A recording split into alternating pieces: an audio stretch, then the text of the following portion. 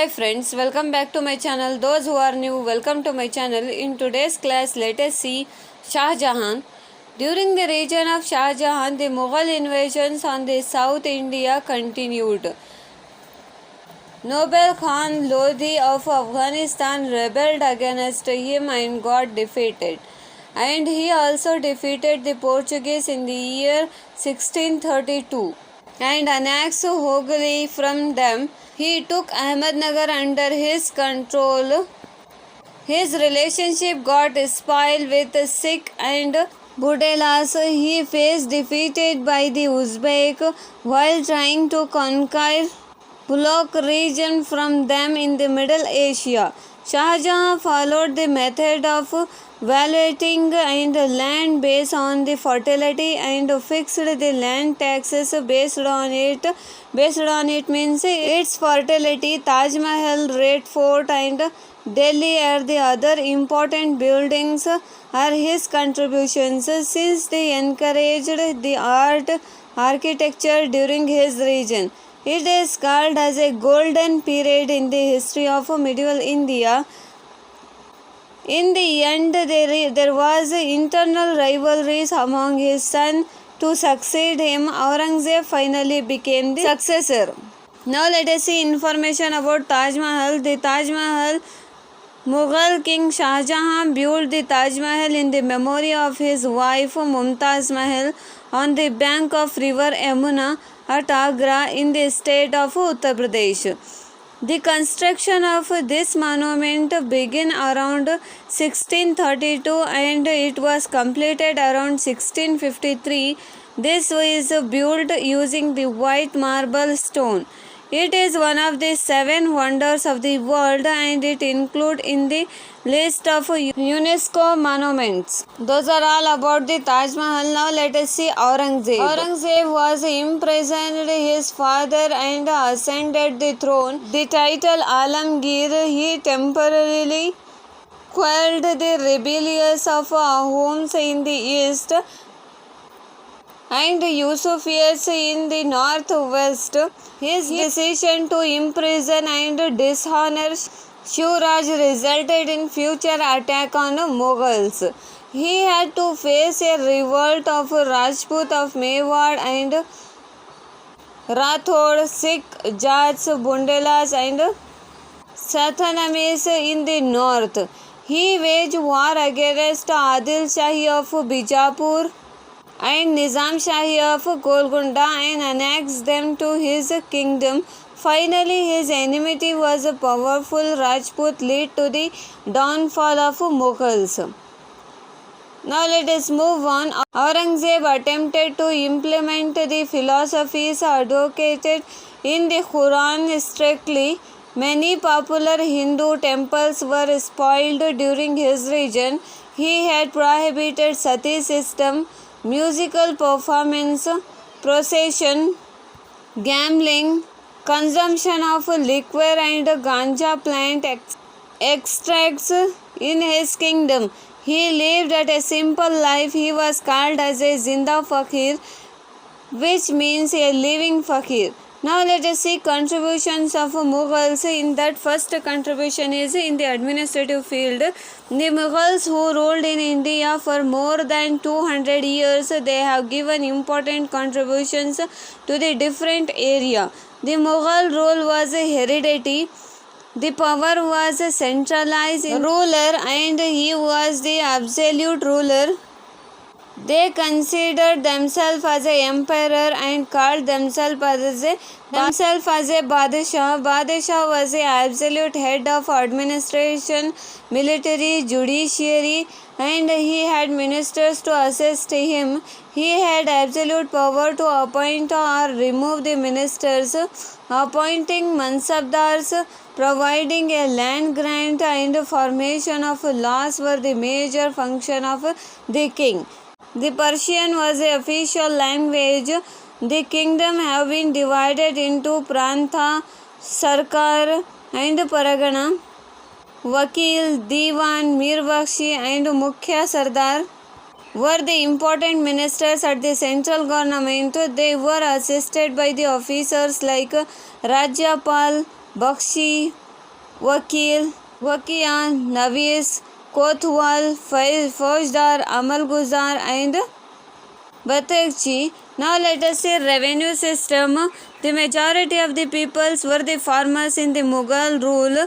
The land taxes were fixed on the fertility of that soil. The agricultural land were the measure in order to fix the tax amount. 1/3 of the production was paid as a taxes either in the form of money or crop. The terminologies used by the Mughals in revenue system are used even today also. Now let us see society. In the society, the king, ministers, officers and employees had better status or respectful status. The people who were also wearing jewelries made up of pearls and different metals, excluding Aurangzeb and the other ruler involved in music, dance, composition of liquor, gambling and other means of entertainment. Except Aurangzeb, those are all the kings involved in the music, dance, consumption of liquor, gambling and other means of entertainment. The farmer's life was a misery due to the heavy land taxes, inefficient politics of the rulers and interference of the middleman, leather processors, porters, cobblers, washermen and other the farmers, non-agricultural working class, sati system, child marriage and bride price were in the practice. Now let us see economic system. Since the North India had many rivers, the cultivable land was available naturally. A good system of irrigation aided and growth of agriculture. There were many government factories. Out of them, textile industries were concentrated in Banaras, Patna, Dhaka, Chabashpura, Sonar, Lahore, Fatehpur Sikri and Agra. Akbar supported the shovel and carpet weaving work. During the region of Mughal, apart from the internal trade, the trade relationship with other countries of Asia and Europe, the raw silk, metal, horse, perfume, gold and silver, they were imported to the other countries. They had developed good relationship with other kings also, and cotton, cloth, paper, woolen cloth were exported to the different countries.